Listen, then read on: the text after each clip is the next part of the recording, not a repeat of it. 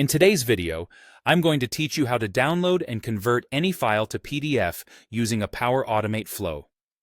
Whether you're new to Power Automate or looking to streamline your document management process, this guide will make it straightforward for you to automate the conversion of files into PDF format.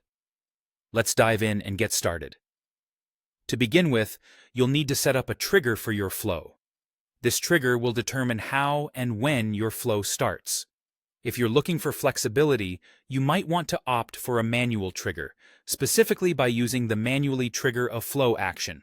This is particularly useful when you want to test your flow or execute it on demand, giving you full control over when the process begins. On the other hand, if you need things to run automatically, consider using an automated trigger. For instance, with SharePoint or OneDrive, you can set the trigger to initiate your flow whenever a new file is uploaded. This is achieved by using triggers like when a file is created, properties only. This way, the conversion begins as soon as the file hits your cloud storage. Once you've got your trigger set, it's time to retrieve the file that you want to convert. Depending on where your file is stored, you'll use different actions.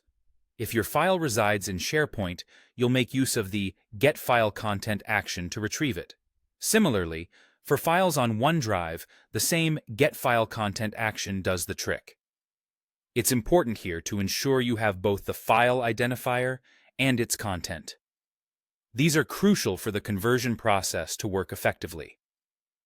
Now, with your file content in hand, let's move on to the actual conversion to PDF.